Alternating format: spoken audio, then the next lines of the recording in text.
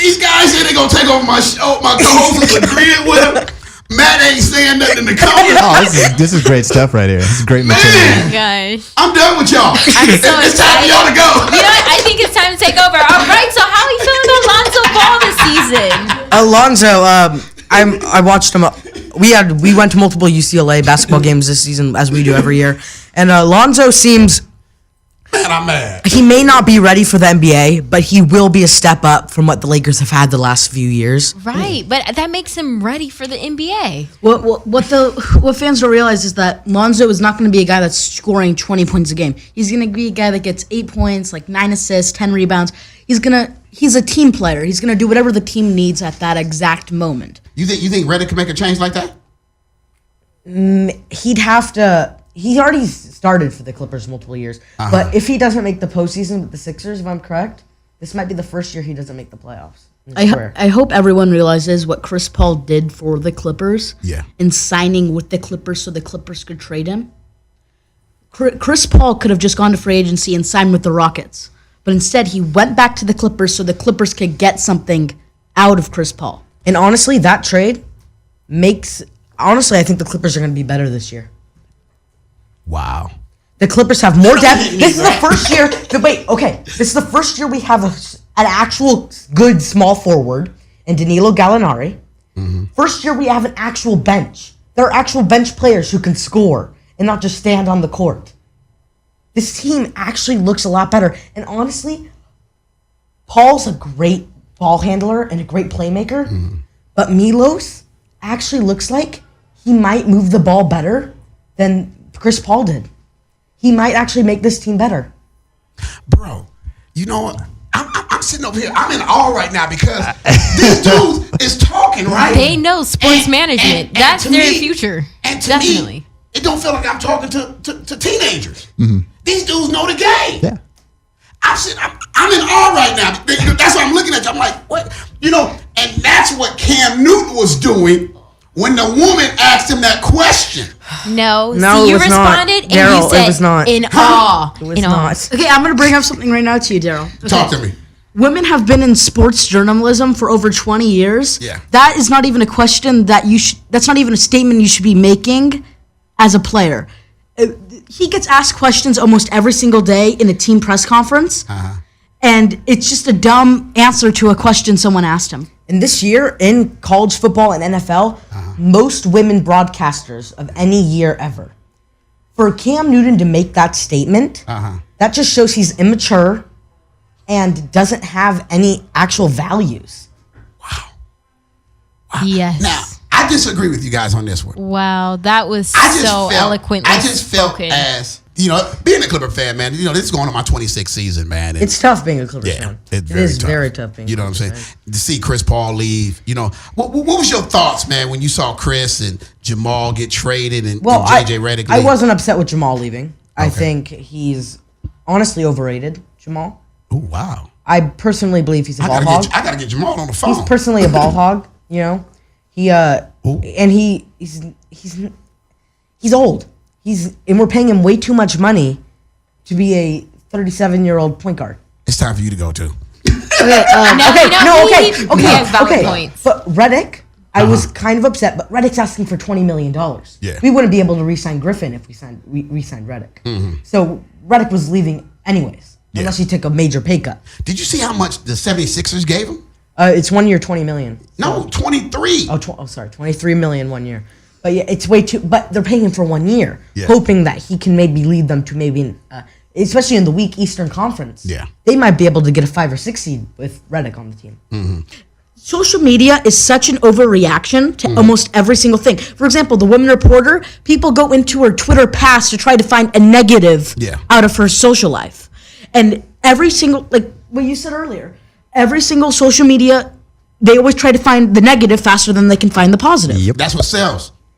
It's what sells, but You it's know the what I'm saying? truth. And then it also allows us to get the platform so we could start acknowledging the wrongs, the social wrongs that are out there. Yes. Like And if you put out there today, you say Clipper Darrell slapped me on the show, it'll go viral, right? It'll if you go say- viral. But, yes. but if you say that's what's gonna happen. But if you say Clipper Darrell had a great time on the show, he just get a few likes. You see what I'm Right. saying? Yeah. It's a difference. Negative always sees. Clipper Darrell had a great time as our guest on Fan Truth. Oh my goodness. Wow. Shots fired. I'm done. I'll take it. Anytime the Royer twins want to come back, just let me know right here.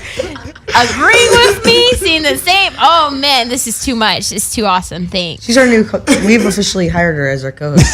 Yeah. I accept the position. Wow, man. Done and done. I am too done with you guys. What is it about sports? I mean, what is it about? Because I see that y'all do these little YouTube videos with different sports shows and stuff with different sports celebrities. Yes. What is it about it? That's different than your acting. Because it's weird when I hear, because usually actors want to be athletes. You know what I'm saying? Yeah. It's funny to hear y'all want to be sports, and y'all pretty good at it though. And see, I'm not as fast as you guys. So y'all think y'all quick on y'all feet. Hey, shut up.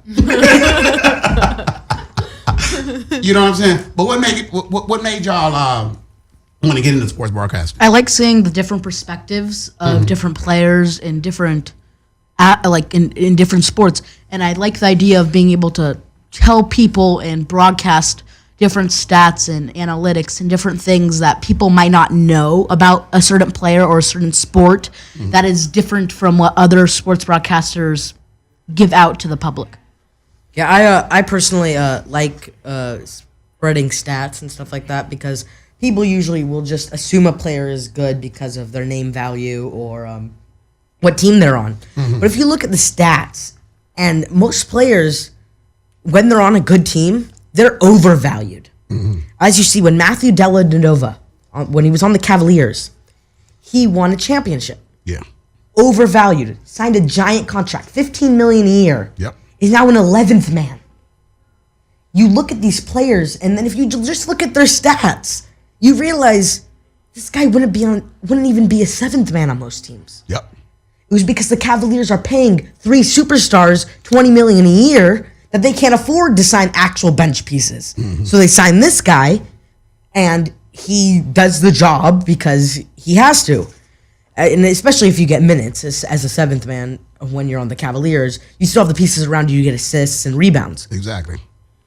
But then you look at the Clippers, and you have Austin Rivers, okay? And I made a funny tweet earlier today that Austin Rivers is a god and we're his disciples, and that his name was Austin Smith. He would be considered a top point guard in the NBA. People undervalue him because of his last name. What do you feel has kept you so consistent the last few seasons? I made some adjustments. I did some work with a guy that I met through Marlon Byrd a couple of years ago, and he helped me change my swing. And ever since then, I feel like I'm a better hitter. I'm more consistent. Now that you've shared your memory of your favorite Dodger memory going up, what's been your favorite Dodger memory as you've been on the team? Man, it's tough. We've had a good run for the 4 years that I've been here. So, personally, probably the best personal memory for myself was I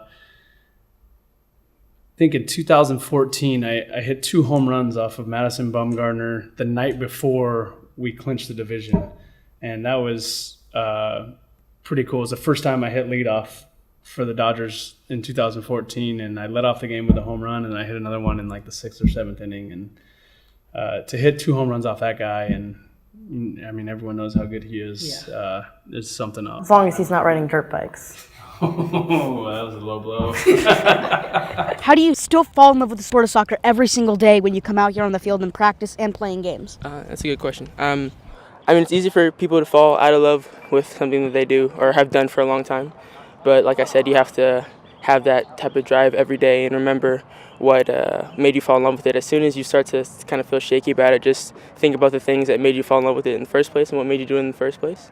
And it's good to have a regimen and a schedule that kind of keeps you in a flow, kind of a homeostasis of that love for the game.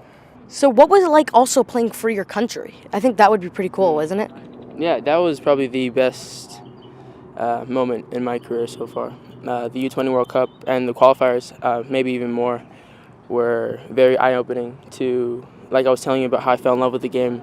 I was watching a World Cup, so that was all players representing their country. So to represent my own country was something that's like the epitome of pride. You know, that's a lot more than just my city.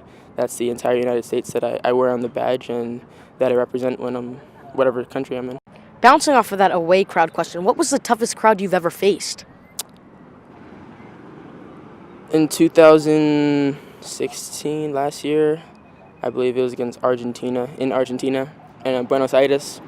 The fans were a little rude, I guess, to be polite.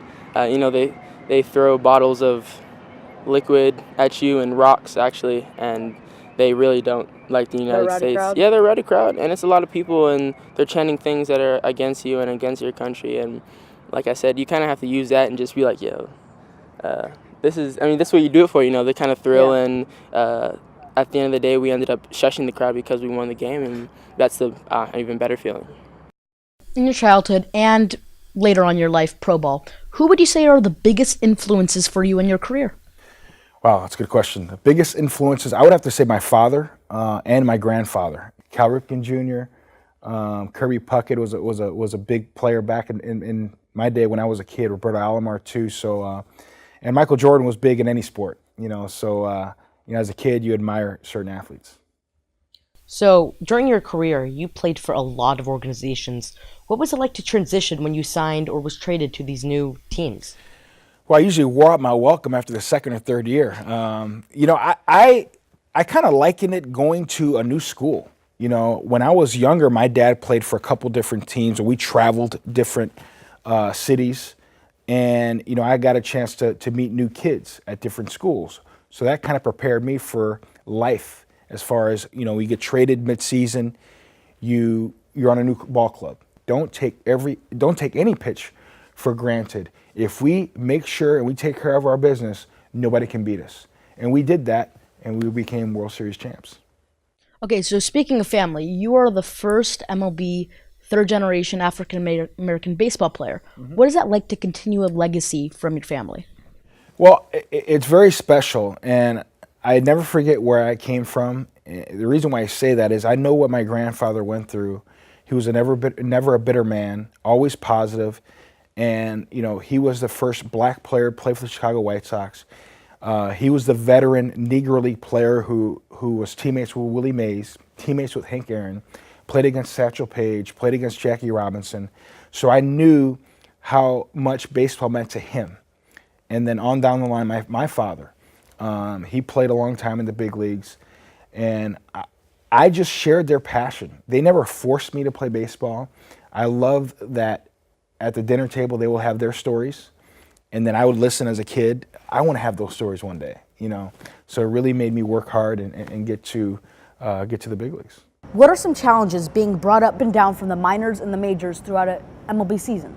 I think just, you know, adjusting to, you know, lifestyle. I think, you know, in the minor leagues, you know, you kind of play regional throughout the U.S. and then once the MLB season, you're pretty much playing all across the country.